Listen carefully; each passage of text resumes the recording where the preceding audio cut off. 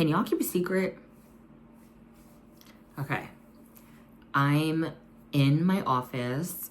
Well, like, it's like a shared office, but it's really like my husband's office because it's an extra room, and this is the room that my husband works from home in. And I'm in here recording because I'm trying to get these videos out because this weekend I'm going to New Orleans for the Super Bowl. Go Birds. Anyways, that's neither here nor there. So I'm trying to get these videos out. We're leaving tomorrow morning.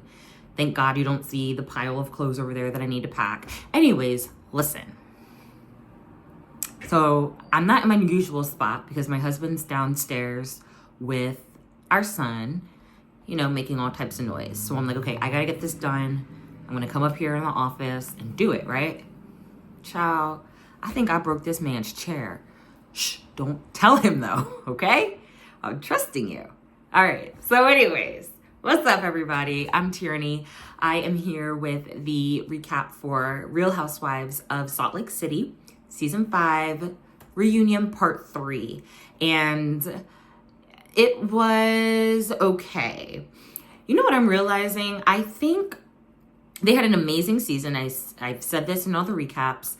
I think while I do acknowledge editing and production as a part in making it so great, I think it's really evident how much of a factor that they do play, because, you know, like the different camera cuts and the flashbacks and the things like that add into making the production so funny, right? Because I just felt like the ladies I felt like the reunion, it never felt as good as the episodes. And I'm like, is it because the editing just wasn't there and it was more reliant on the women to actually bring personality? Did you guys hear that? Oh my God. I'm gonna have to close the window. Closing the window. I think we've overestimated or maybe underestimated how much production actually does and the editing actually, how much they actually add to the show. I don't know. I'm just trying to find out what is the reason. Why did it feel like it fell so flat compared to the rest of the episodes? I don't know. And I usually love reunions because it combines all the foolery of the season into just like a few episodes, right? I don't know. Let me know your thoughts of like what was different. Is it because, like I said, we're just kind of relying on the women to have actual personality and maybe production has more of a hand in that than we know? I don't know. I feel like the only person who was delivering their usual like amount was Mary, like, because Mary's good for like a one-liner or just telling you how she feels, and she doesn't change. And I feel like the other women just seem to have fallen so flat. So I don't know. Let me know your thoughts. But anyway, so we're in part 3 and Miss Brittany Bateman has joined, and she is so oh, Brittany, you know, nothing's wrong with wanting to be on a reality show or wanting to be on TV or whatever. She's in theater, she sings. I'm an ex-theater kid, and here I am in front of a damn camera. So, like, there's nothing wrong with, like, wanting to be on camera and wanting to, like, put yourself out there. I think that's awesome. That's a great opportunity. But she just, like, radiates thirst. Like, it's, like, oozing out of her pores. Like, it's just... And like I said, nothing's wrong with wanting it, but when you want it that badly, then you might... you know, do crazy things to keep it or get it, or it may become unhealthy. So, like, Brittany, just check that. Okay. So, out the gate, Andy asked Brittany, hey, what's the status of you and Jared? And I'm not going to go into everything that she said because the back and the forth, because basically it's null and void. She was at the reunion like, I'm 100% done and that door is closed. And he just can't stay faithful. And then after the reunion, she was like posting, I have an announcement, we're officially together. So okay. I can't with the on and off couples because you lose me, and I'm like, vaya con Dios, and that's it. But anyway, so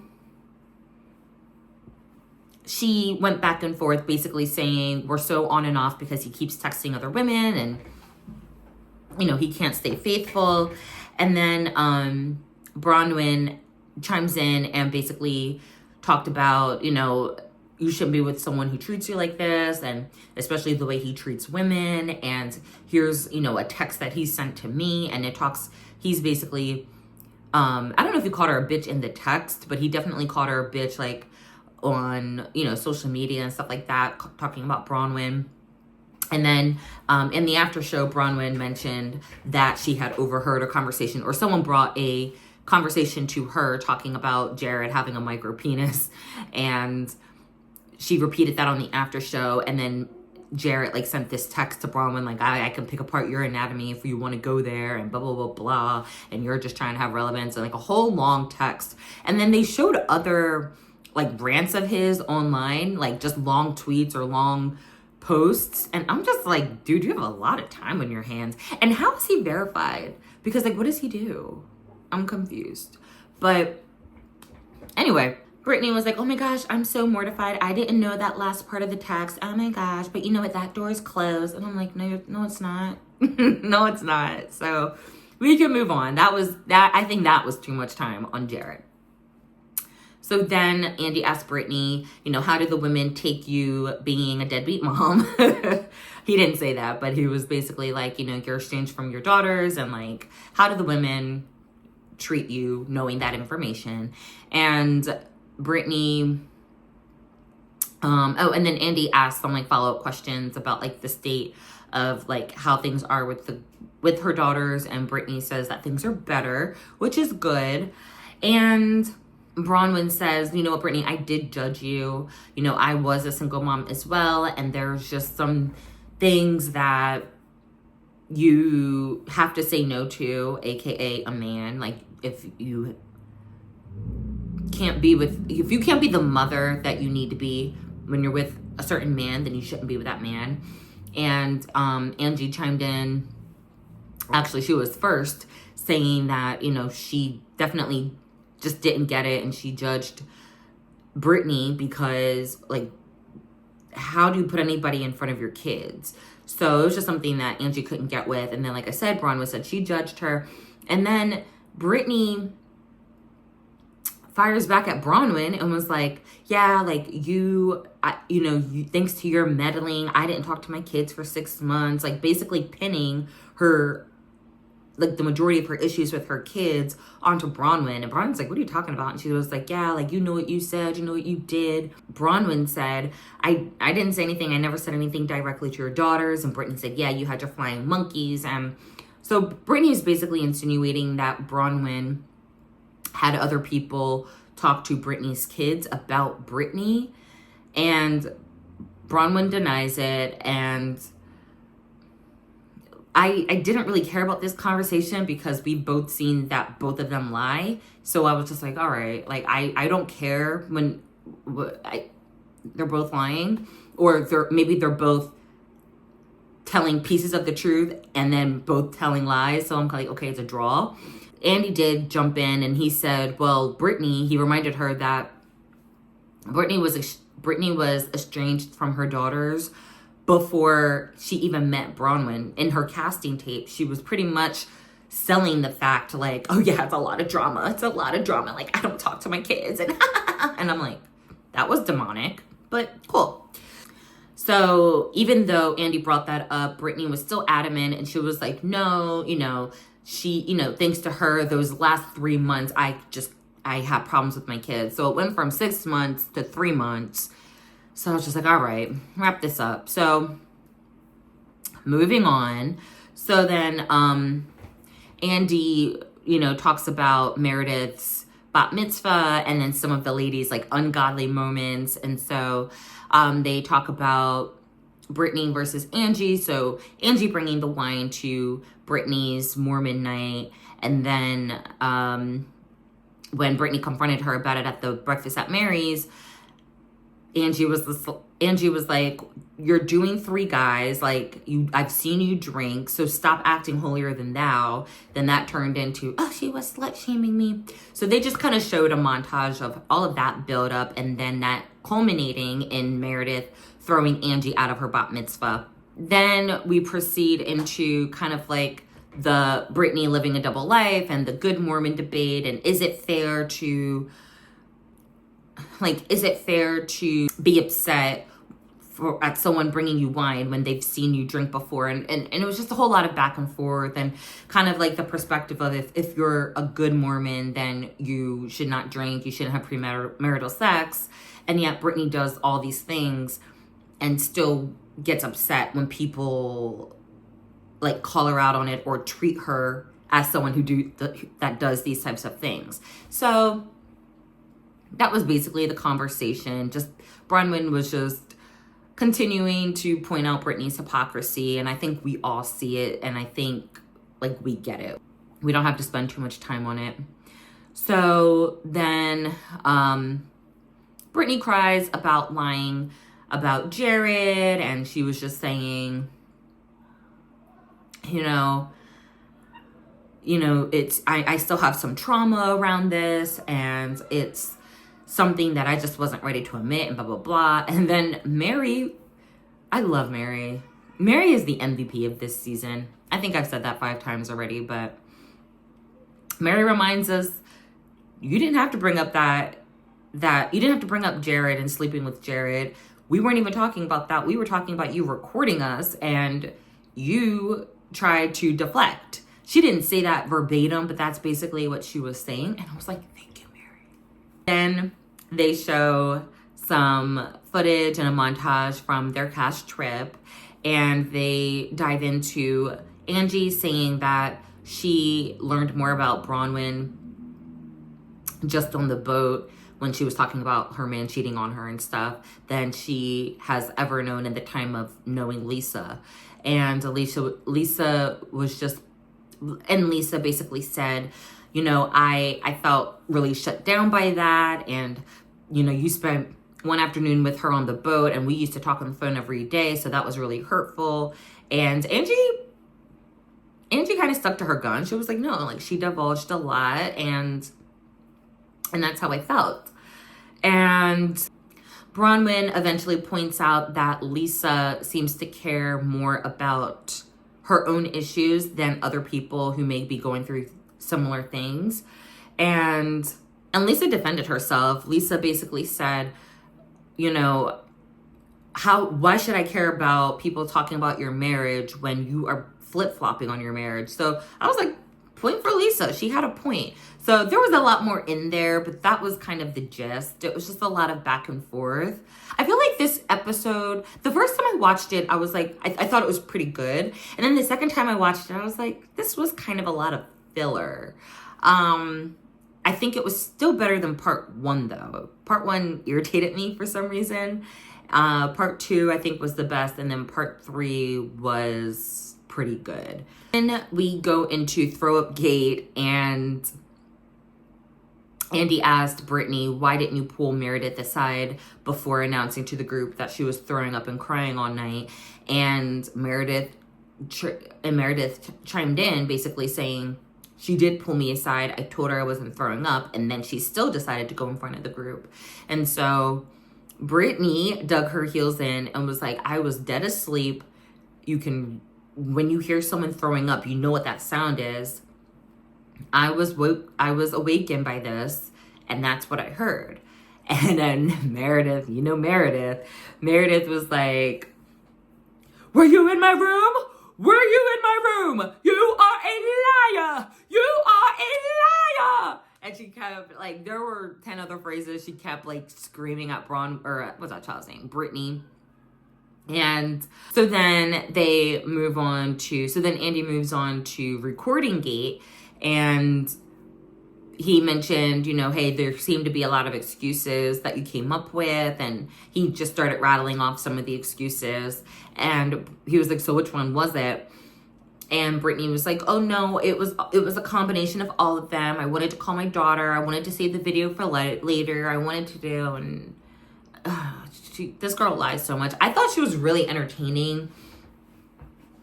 As a friend, I don't want her promoted. I don't even know if I want her as a friend. I don't know. The season was really good, but I feel like Britani can get old really fast. And I was finding at the reunion, I don't care because I don't trust what's coming out of your mouth. I don't know. I'm here for a little delusion, but I'm not here for someone lying, if that makes sense, right? Like, I'm here for Kim Zolciak singing, don't be tardy for the party. Like, I'm here for that. Like, I'm here for that, but I'm not here for, like, recording people. And then when someone sees you recording, you say, I'm not recording. Like, that's weird, right? So I'm starting to get, like, turned off by Britani. Not that I thought she was like some great, amazing reality star, but she did pull her weight and she did add a lot to the season. And I don't know. I feel like it's going to get old really fast, especially someone like her who's so thirsty to be on camera, and you can feel it oozing like out of the screen. I feel like she's going to be willing to just do so many different antics and theatrics that it's going to be like, okay, girl. So we'll see, but I found myself like not interested this reunion. So anyway, so basically Andy asked the ladies, okay, so who here believes the excuses that Britani gave when she was caught recording? No one believes her.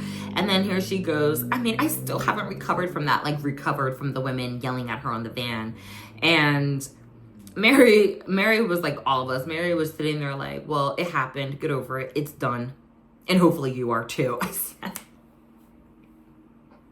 I love Mary. I love Mary. Her one-liners are like amazing. Then Andy talks about the Angie versus Mary and why did Mary get upset that Angie left, and he remarked that he was really happy that they made up and asked about whether they really do believe God put them together. And Mary said, yeah, God, you know, I believe anyone I come across, God put them in my life for either a reason, season, or lifetime. And so then it was such a quick segment because it like was already resolved and already so good. So let the church say amen. So then they moved on. Randomly, Andy asked Meredith, probably because she didn't have much going on and he was just trying to like keep her in the fold. But he was like, oh yeah, you recently said in an interview that Jen Shah called you. Can you tell us what that was about?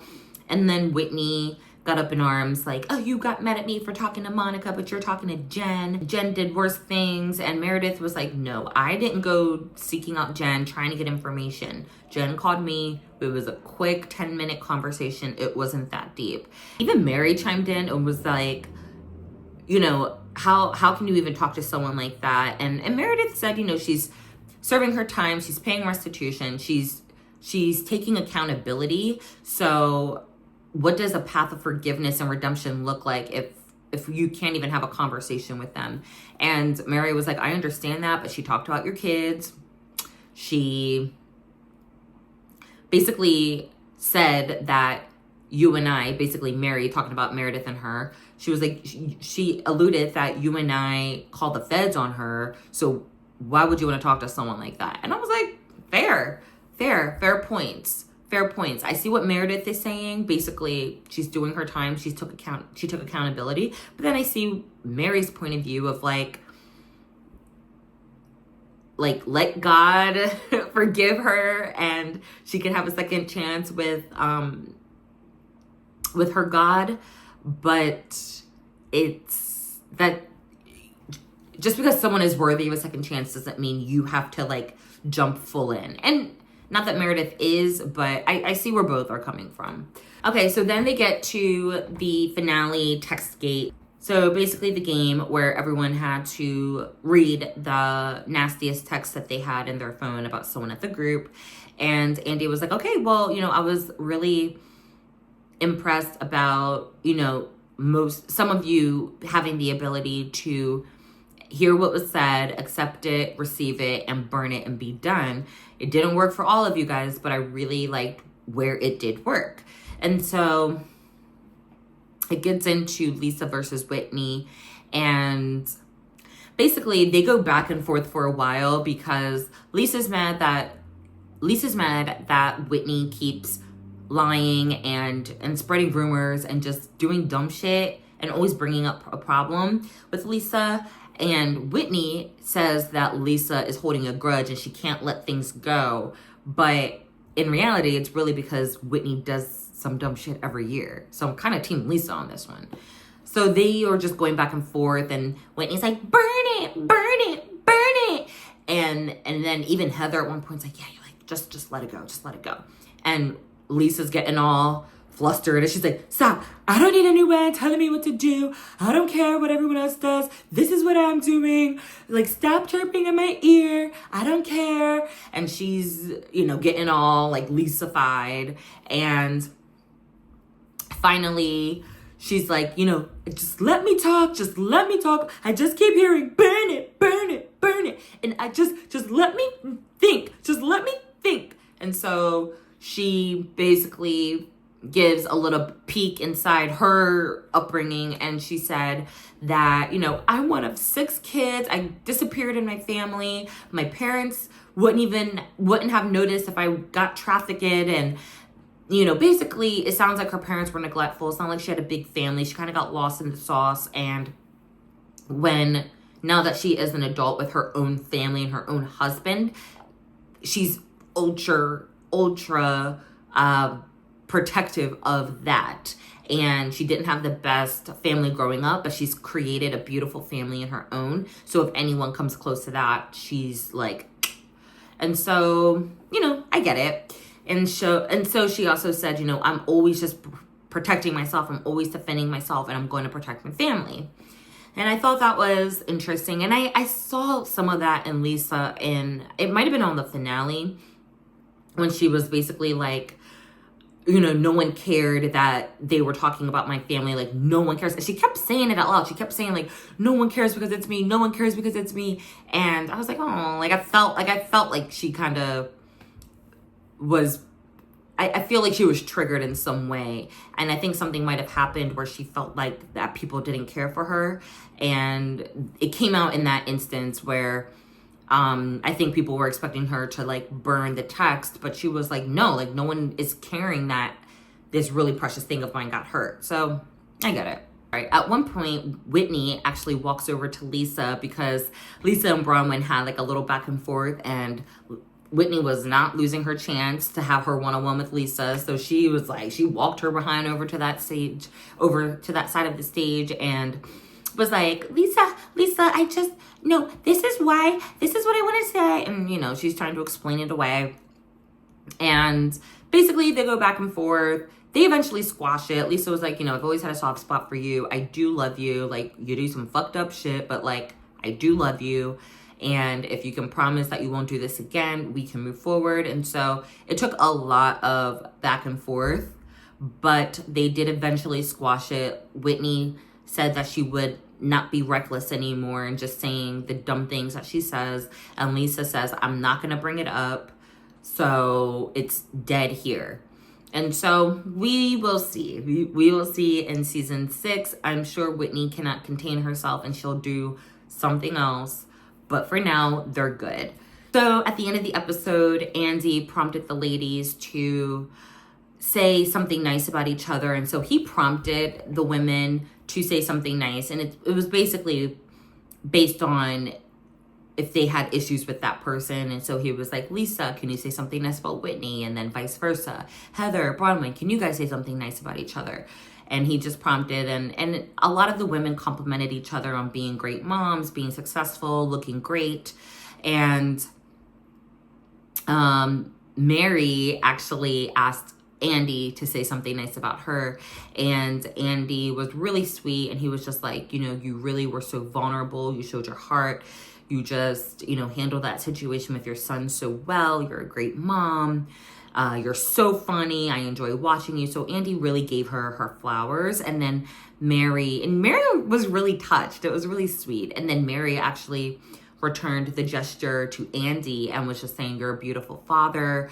There's no one like you. You're just so special. You're so talented. And like, she really sung his praises. And it wasn't in a kiss ass kind of way, because we know Mary's not like that. And so that's what made it even more special. Like, if I was Andy, even though he is very successful in his own right, I would literally put on my resume, like, this is what Miriam Cosby said about me. Because Mary doesn't front for anybody. She will tell you to your face that you look inbred. So if Mary is saying, like, you are so incredible and accomplished and a great person and a great father, I would lap that up, okay? Because she means it. She's not BSing you. She does not care about your feelings. So if she is saying something nice, she really genuinely sees something in you. And that's awesome. So they cap it there, and then they have a toast with the Miller High Life, the drink that they drank in Milwaukee or whatever. And that was it. So I'm curious your thoughts on the season, on the reunion. Were you feeling my vibe that part 1, part 2 was pretty good, and then part 3 was kind of in between?